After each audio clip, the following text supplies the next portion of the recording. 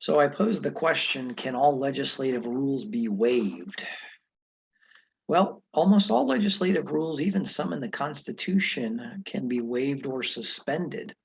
And yes, even some constitutional provisions can be waived. What are those? Well, if we look at the California Constitution, Article 4, obviously, that deals with the legislative branch, Section 8A says no bill other than the budget bill may be heard until the 31st day after that bill was introduced. However, this constitutional provision can be waived by the House in which the bill was introduced with a 3/4 vote. So for example, in the Assembly, it would be 60 votes. In the Senate, it would be 30 votes. Section 8B1 of Article 4 says that no bill may be passed unless it is read by its title on 3 days in each house. However, this too can be waived by a 2/3 vote of that house. So here are two specific legislative process requirements that are contained in the Constitution, but they can be waived by a vote of the legislature. How about the famous 72-hour imprint rule? Well, Section 8B2 of Article 4 says no bill may be passed or become a statute unless it has been in print for at least 72 hours before the final vote.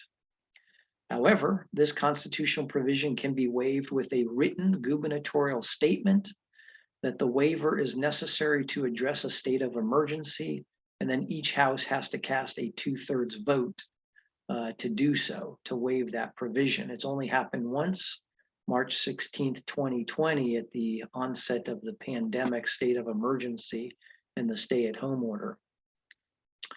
How about the August 31st adjournment deadline during the second year of the 2-year session? Is August 31st a hard deadline? Yes, it is.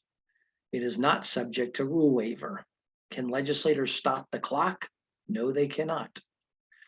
Here's the provision of the Constitution, Article 4, Section 10C.